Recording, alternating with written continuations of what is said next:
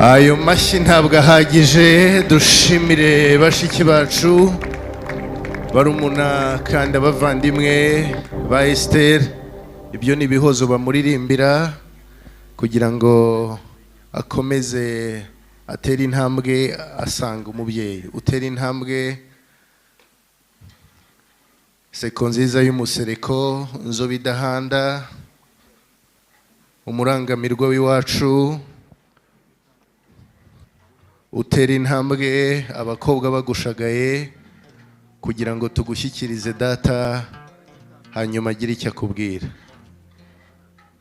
Mubyeyi Rugorora, umwana yaje.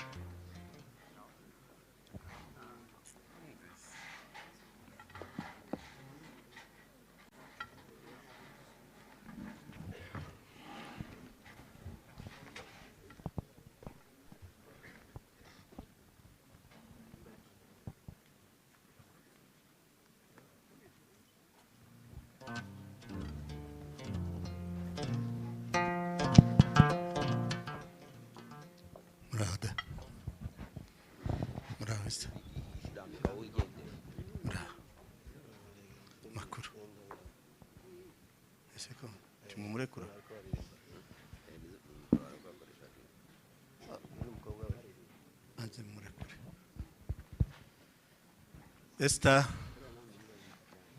niwe twari dutegereje. Nkwereke abagutahiye ubukwe, umuryango wacu,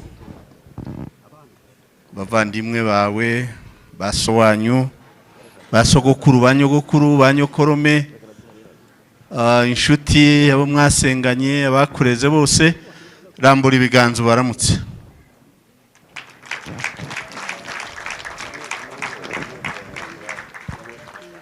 Ni mumuha amashyi n'impundu nyinshi.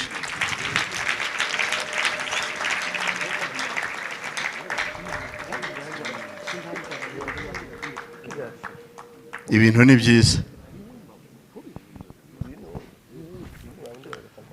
Uriya muryango uhaye ureba hariya ntabuze, ni bakeya uzi, ariko hano iburyo bwanjye hariho uzi kuruta benshi, kandi niwe kizigenza, kandi niwe nyirabayazana, niwe watumye aba bantu bose baterana bari aho uyu munsi kubwe no kubwawe. Ubwo rero rambura ikiganza kwa sobukwe bakuramutse, ntabwo babanza, rambura ibiganza gusa.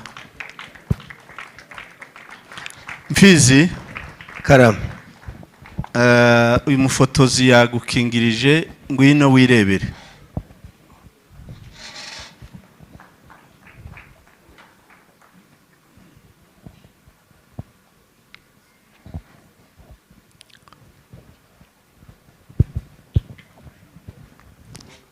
Uraho kandi muraho neza.